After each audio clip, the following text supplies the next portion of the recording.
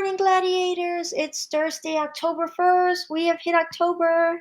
Wonderful fall weather. Yay! I love this kind of weather. All right, so let's get started. Today is basically a review day. That's all we're doing. You will click on Thursday. Orange folder. We will click on Thursday. Okay, then what you will do is you're going to just review for the test. All right, click on test review. And you will have a quizzes. Your quizzes will come up. Just play the game. Thanks to Mrs. DeLuna, who was able to complete this for me over the weekend due to me not feeling well.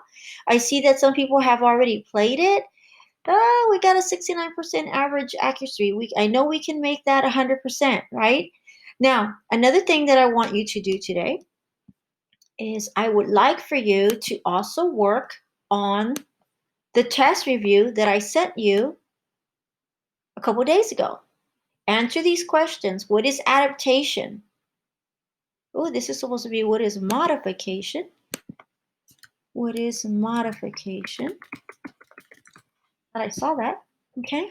What is adaptation? So we know that adaptation is you're getting adjusted to something. You're getting used to something, right? You're adjusting to the weather. You're making changes to yourself, because of the environment that you're around. Then what is modification? So modification is going to be, you see that I'm over here in the corner.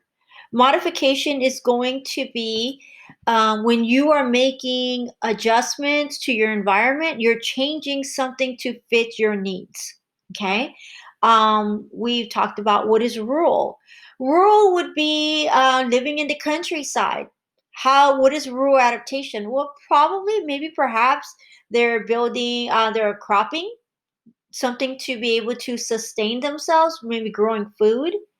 What is urbanization? Think of urban, the suburbs, think of city life, think of big buildings and schools and access to healthcare. Provide an example of urban adaptation. That is asking you, well, what have they done around the rural area, the urban areas? Well, we have built homes, we have built schools, we have built hospitals, um, highways, right?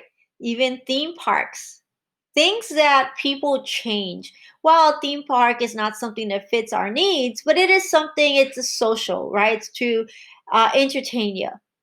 What is limited government? So we know that limited is having limitations in something.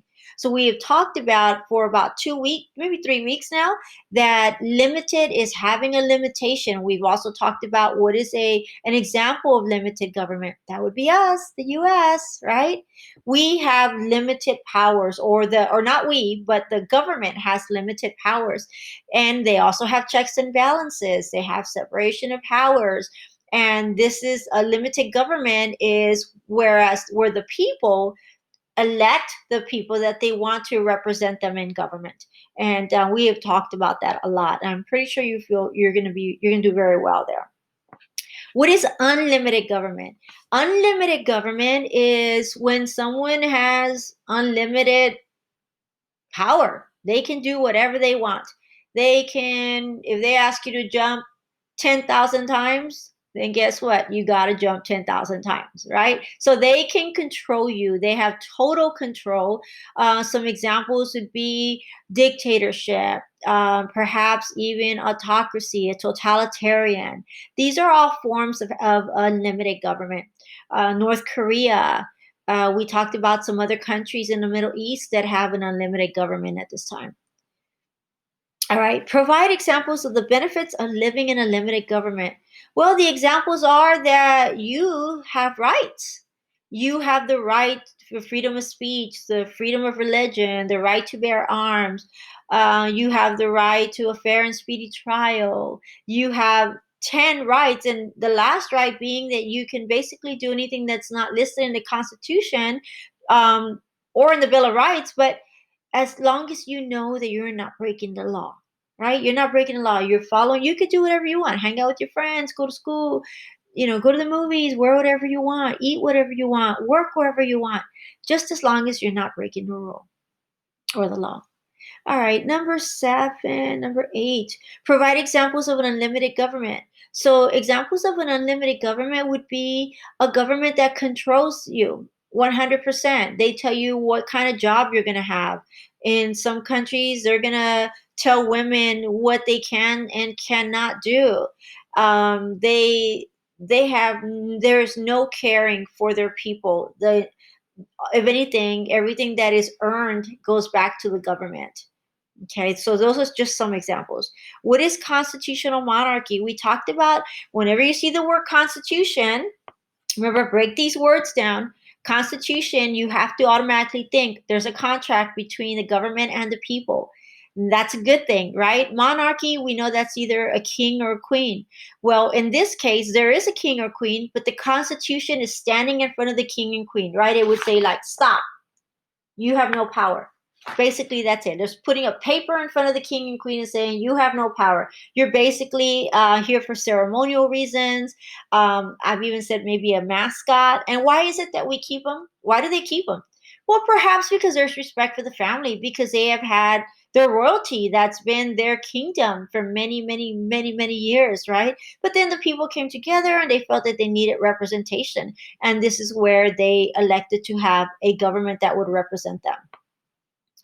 What is a dictatorship? A dictatorship is someone who controls you.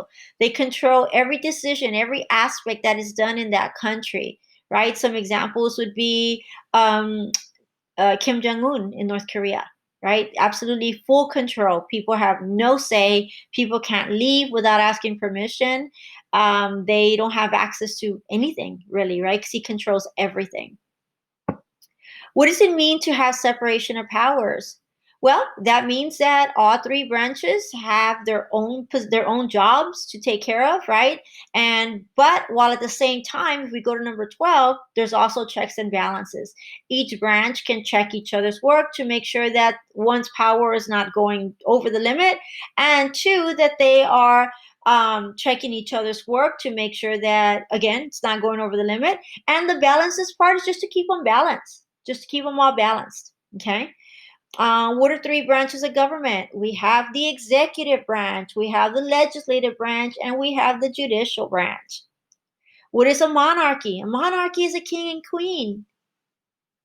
What is the responsibility of the executive branch? The responsibility of the executive branch is to make sure they execute and enforce the laws. What is the responsibility of the legislative branch? They make and change the laws. What is the responsibility of the judicial branch? They make sure that the laws that are passed are, in fact, constitutional. What is civic responsibility and what is civic duties? So we've talked about this where, you are responsible for certain things and you have certain duties that you have to fulfill, right? You have to, if they ask you to go to jury duty, you have to go. But then people say, well, do I have to vote? You do not have to vote. That is something that they encourage you to do, right? So there's a difference between that. You have to pay taxes. You have to go to school. Okay. Why is it important to have a constitution? Because the constitution supports the people. It protects the people to make sure that government doesn't overstep their power, right? They don't go over the power that they have already. What is a representative democracy? A representative democracy is a system like us, right, where we, the people, elect the representative that we want to be in office for us, to take care of the people. It's not about the party, it's about the people of the United States. Okay. All right, my angels. So that is what we're doing today. We're going to go through these together. I'm going to give you a little bit more examples on how you can remember this for the test. And then we will do a quizzes live. All right. See you soon. See you later, gladiators.